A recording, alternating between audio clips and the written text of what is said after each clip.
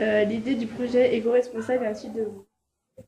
Eh bien, on peut dire que oui, puisqu'en fait, c'est par l'intermédiaire du projet éco-responsable que M. Pinault et moi-même avons eu l'idée de mettre en place ce projet avec une régulation de température, enfin, pas une régulation, des mesures de température dans tout l'établissement, et du coup, de faire travailler ensemble les élèves de seconde et de terminale.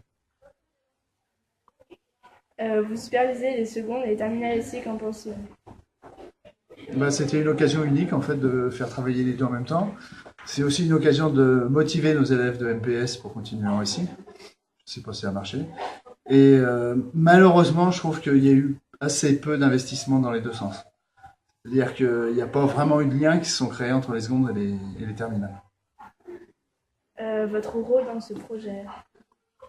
C'est difficile à dire puisqu'en fait, d'abord on a encadré les élèves, on a essayé de leur donner des pistes. Et puis d'un autre côté, on a dû tout prévoir à l'avance pour être sûr que ça allait fonctionner, même si on n'a jamais été sûr à 100% que ça allait fonctionner. Donc en fait, on a conçu, on va dire, le projet, et puis après on a encadré en essayant de motiver, encore une fois, on revient sur la motivation. Ça fait beaucoup de choses et c'était pas simple. Pouvez-vous résumer globalement le projet? Alors, on en a parlé, c'est-à-dire que l'idée de base, c'est de faire des mesures pour constater les décalages de température, les différences de température entre les étages de l'établissement B. Ensuite, c'était pour pouvoir montrer ces décalages à Madame Noulin et peut-être arriver à faire des réglages plus fins pour faire ensuite des économies d'énergie.